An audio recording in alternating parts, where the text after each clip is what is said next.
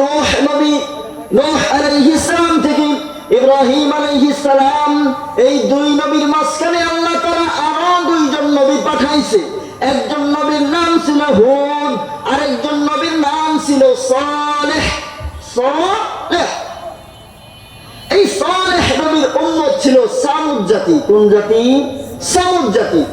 হযরতে নূহ আলাইহিস সালাতু ওয়াস সালামের উম্মতদেরকে যখন আল্লাহ তাআলা প্লাবন দিয়া ধ্বংস করে দিলেন, বন্যা দিয়া ধ্বংস করে দিলেন, ওই সময় শয়তান খুব যন্ত্র কইরা যত্ন কইরা 5টা মূর্তি হেফাজত করছে। কি হেফাজত করছে? মূর্তি। কি হেফাজত করছে? মূর্তি। 5টা মূর্তি বড় যত্ন কইরা শয়তান হেফাজত করেছে।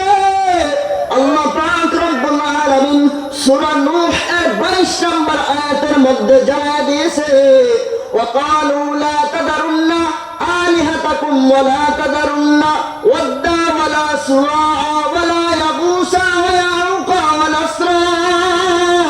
এই 5টা মূর্তিকে বড় যত্ন কইরা শয়তানে হেফাজত করছে। কেডা? শয়তান হেফাজত করছে। নূহ আলাইহিস সালাতু ওয়াস সালামের জামানা যাওয়ার পর বংশ পরম্পরায় জাতিরা এই 5টা মূর্তির মালিক হইছে। শয়তান এগুলারে মালিক বানাইছে। মানুষদেরকে বিভ্রান্ত বানায়া মানুষদেরকে এই মূর্তির পূজা বানাইছে শয়তান। সামুদ জাতি বংশ পরম্পরায় এই 5টা মূর্তির মালিক হয়েছে। এবার সালেহ নবীকে চ্যালেঞ্জ ছুড়ে দিল, সালেহ তুমি তোমার রবকে ডাকবা আর আমরা আমাদের 5 খোদাকে ডাকবো, দেখবো কে সাড়া দেয়। কে সাড়া দেয়? চ্যালেঞ্জ হয়ে যান। অনুষ্ঠান বসানো হলো, প্রোগ্রাম বসানো হলো। সামুদ জাতিরা তাদের 5 রবকে ডাক দেয়, কোন রব সাড়া দেয় না। এবার সালেহ নবীকে বলে আপনি আমার রবকে ডাক দেন। এবার যখন সালেহ নবী আল্লাহকে ডাক দিবে, এমন সময় বলেন, তারা বলেন আল্লাহকে আপনি কি বলবেন? আপনার রব যে আপনার ডাকে সাড়া দিবে আমরা কেমনে বুঝবো? আপনি একটা কাজ করেন, আপনি আপনার রবকে বলে দেন এই যে পাহাড়টা আছে, পাহাড় থেকে যেন একটা উট বের করে দেয়। খুব দুষ্ট জাতি ছিল সামুদ জাতি। যখন সালেহ নবীকে বলা হলো আপনি আপনার রবকে বলেন যেন এই পাহাড়ের দিকে একটা উট বের করে দেখায়, যখন আল্লাহর কাছে দোয়া করবে এমন সময় আবার বলে না না না, এই দোয়া করা যাবে না, হয়তো আপনার রব এই পাহাড়ের পিছনে একটা উট লুকায় রাখতে পারে। দেখছেন কেমন তেরা? হয়তো এই পাহাড়ের পিছনে একটা উট লুকায় রাখতে পারে। বলে না না, এই দোয়া করা যাবে না, আপনি দোয়া করেন এই যে পাথরগুলি দেখা যায় বড় বড় পাথর, এই পাথর থেকে যেন উট বের করে দেখায়। যখন সালেহ নবী দোয়া করবে আবার বলে না না না, জানি না কোন পাথরের ভিতরে আপনার রব উট লুকায় রাখছে, এটা বলা যাবে না, আপনাকে আমরা পাথর নির্দিষ্ট করে দিব। এবার তারা একটা পাথরকে নির্দিষ্ট করে দিল। তারা বলল আপনি বলেন আপনার রব যেন এই পাথর থেকে উট বের করে দেখায়। আল্লাহ পাকের কাছে সালেহ নবী দোয়া করলেন, আল্লাহ এই সামুদ জাতি যেই কথাগুলো বলতেছে আল্লাহ তোমার বাস্তবতা তুমি দেখা দাও। আল্লাহ পাক রব্বুল আলামিন এই পাথর থেকে একটা উট বের করে দেখা দিলেন। সুবহানাল্লাহ বলেন না? এবার সামুদ জাতি বলে এখনো বিশ্বাস করতে পারি না, তোমার রবের প্রতি আমরা এখনো ঈমান আনবো না, আমাদের আরো কিছু কাজ বাকি আছে। তোমার রবকে বলো এই উট থেকে যেন দুধ বের করে দেখায়, উট থেকে যেন দুধ বের করে দেখায়।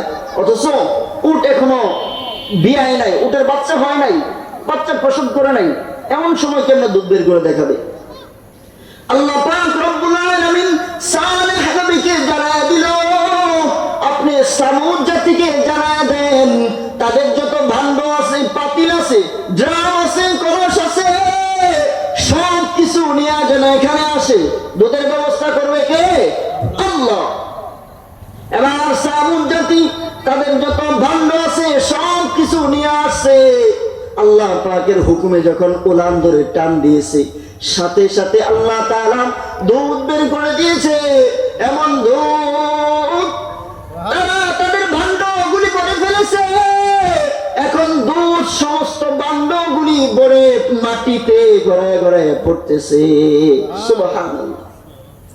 তারা বলে না, একটু চিন্তা ভাবনা করে দেখি, এখনই তোমার রবের প্রতি ঈমান আনবো না, আরো আমাদের কিছু বোঝার বাকি আছে, আরো কিছু বোঝার বাকি আছে।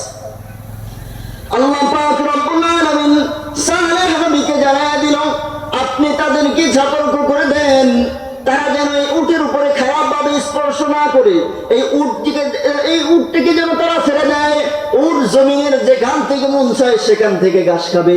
আল্লাহ পাক রব্বুল আলামিন কোরআনুল কারীমের মধ্যে বলেন, হাদিহি নাকাতুল্লাহি লাকুম আয়াতান ফাযরুহা তাকুল ফি আরদিল্লাহি ওয়া লা তামাসসুহা বিসুইন ফায়াখুযুকুম করিব।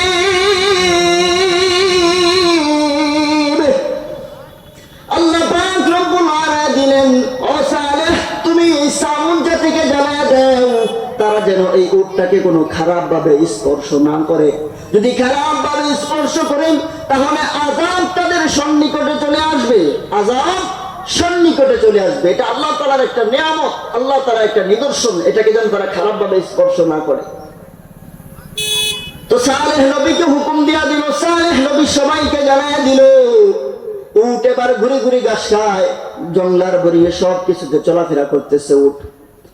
সামুদ জাতির মধ্য থেকে দুইজন মহিলা ছিল, চরিত্রহীনা মহিলা, নিজেদের চরিত্রকে বিক্রি করত, আর দুইজন পুরুষ ছিল, চরিত্রহীন পুরুষ, তাদের কাছে প্রতিদিন যাইতো। একদিন যাওয়ার পরে বলতেছে, আজকে তোমাদের সাথে আমরা মিশবো না। মহিলারা শর্ত দিতেছে, আজকে তোমাদের সাথে আমরা মিশবো না, কিন্তু মিশতে পারি যদি ওই সালেহ নবীর আল্লাহর উটকে মারতে পারো। সালেহ নবীর আল্লাহর উটকে যদি মারতে পারো তাহলে আমরা তোমার সাথে মিশবো। এবার দুই যুবক চিন্তা করে কি করা যায়। যুবক মানুষের বুদ্ধি কম, যুবক মানুষের কি কম? বুদ্ধি কম। একটা কথা আছে, মুরব্বীরা কয়, ফুলামানের বুদ্ধি হলো গলা, মুরব্বীর বুদ্ধি তলা, মুরব্বীর বুদ্ধি তলায় আর ফুলামানের বুদ্ধি গলায়। তো জানাইয়া দিলেন, এবার দুই যুবক মাথা গরম, তারা ঘুরতেছে ঘুরতেছে, একটা ডাকাত দল পেয়ে গেল। ওয়াকানা ফিল মাদিনাতি তিসআতু রাহতি ইউফসিদুনা ফিল আরদ। তারা ঘুরে ঘুরে একটা ডাকাত দল পেয়ে গেল, 9 জন বিশিষ্ট একটা ডাকাত দল পেয়ে গেল। ওই ডাকাতদের মধ্য থেকে একজন ডাকাতের নাম হলো উদার। ডাকাতদেরকে উদ্দেশ্য করে বলল, আজকে তোমাদের একটা কাজ করতে হবে। বলে কি কাজ? বলে একটা মার্ডার করতে হবে। বলে আমরা তো মার্ডার করি, সমস্যা নাই, এটা তো আমাদের ডাল ভাতের খেলা, মার্ডার আমাদের কোনো সমস্যা নাই। বলে আজকে এমন একটা মার্ডার করতে হবে, কোনো মানুষ না, একটা উটকে মার্ডার করতে হবে, একটা উটকে মার্ডার করতে হবে। তারা রাজি হয়ে গেল উটকে মারার জন্য। একটা জিনিস মনে রাখবেন, দুনিয়ার মধ্যে 4টা বড় বড় কবিরা গুনাহ আছে। আকবারুল কাবাইর, 4টা বড় বড় কবিরা গুনাহ আছে। 1 নাম্বার গুনাহ হলো আল্লাহ তাআলার সাথে কাউকে শরীক করা, এটা হলো বড় একটা কবিরা গুনাহ। 2 নাম্বার গুনাহ হলো অন্যায় ভাবে কাউকে হত্যা করা, এটা বড় একটা কবিরা গুনাহ। 3 নাম্বার মা বাবার অবাধ্য হওয়া। 4 নাম্বার মিথ্যা কথা বলা। নবীজি এভাবে হেলান দিয়া বলেছে, মিথ্যা কথা বলা। একটু সোজা হয়ে বলে মিথ্যা সাক্ষী দেওয়া। লগে কি কইছে? মিথ্যা সাক্ষী দেওয়া। হেলান দেওয়া থেকে সোজা হয়ে বৈশা বলতেছে মিথ্যা সাক্ষী দেওয়া, এটাও কবিরা গুনাহ। তাহলে অন্যায় ভাবে মানুষকে হত্যা করা যাবে না, এটা কবিরা গুনাহ। মা বাবার হুকুম অমান্য করা যাবে না, এটাও কবিরা গুনাহ। অন্যায় ভাবে মিথ্যা কথা বলা যাবে না, জুলুম করার জন্য মানুষের সাথে মিথ্যা কথা বলা যাবে না, সাক্ষী দেওয়া যাবে না মিথ্যা, এটা কবিরা গুনাহ। আল্লাহর সাথে কাউকে শরীক করা যাবে না, এটাও কবিরা গুনাহ, বড় বড় কবিরা গুনাহ। এবার 9 জন দল বিশিষ্ট ডাকাতের দল তারা রাজি হয়ে গেল। আল্লাহ পাকের নিদর্শন, উটটাকে মেরে ফেললো। পরের দিন খবর হয়ে গেছে সালেহ নবীর আল্লাহর উটকে যেন কে মেরে ফেলেছে। সালেহ নবী ঘোষণা দিয়া দিল, এই উটটাকে কে মেরেছে বলো। কেউ কিছু বলে না। সালেহ নবী বলে স্বীকার করো। স্বীকার যদি না করো আল্লাহ কিন্তু আমারে জানায় দিবে। ওই ডাকাতগুলো শুনতেছে আর মনে মনে ভাবতেছে, যদি সালেহ নবী না থাকে তাহলে আল্লাহ কারে জানাবো।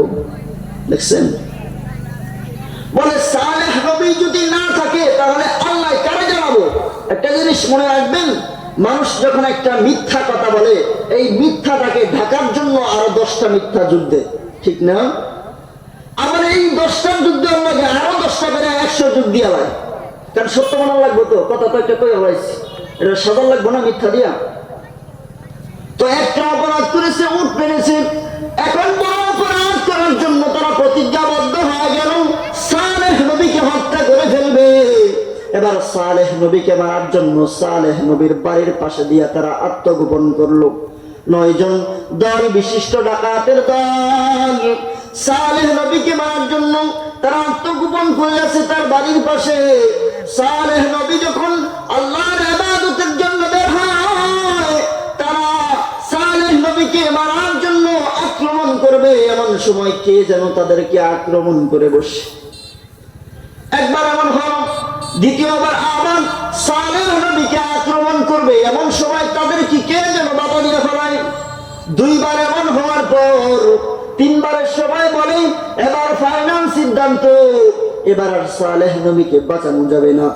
এবার তখন যারা ফাইনাল সিদ্ধান্ত নিয়ে নিল সালেহ নবীকে মারবে, কে যেন ফাইনাল সিদ্ধান্ত নিয়ে এই 9 জন ডাকাতকেই মেরে ফেললো। সুবহানাল্লাহ। মারতে চাইছে নবীকে, তারাই মরে গেল। এমন তো ডাকাতের মায়েদের ঘুম নাই, সকাল হয়ে গেছে, ডাকাতটা বাড়িতে আসে না। কি করেন, সন্তান বাড়িতে না আসলে ভালো লাগে? লাগে না। ডাকাতের মায়েরা বাবারা ঘুরে ঘুরে ঘুরে আমাদের সন্তানগুলো কোথায় পায় না, খুঁজে। একটা পর্যায়ে তারা পাহাড়ের পিছনে লাশগুলো পেল। পাহাড়ের পিছনে লাশগুলি পাওয়ার পর, আর পাহাড়ের লাশটাই বাড়ি ছিল সালেহ নবীর বাড়ি। এবার তারা দোষ দিচ্ছে যে আপনি আমাদের সন্তানগুলোকে হত্যা করেছে।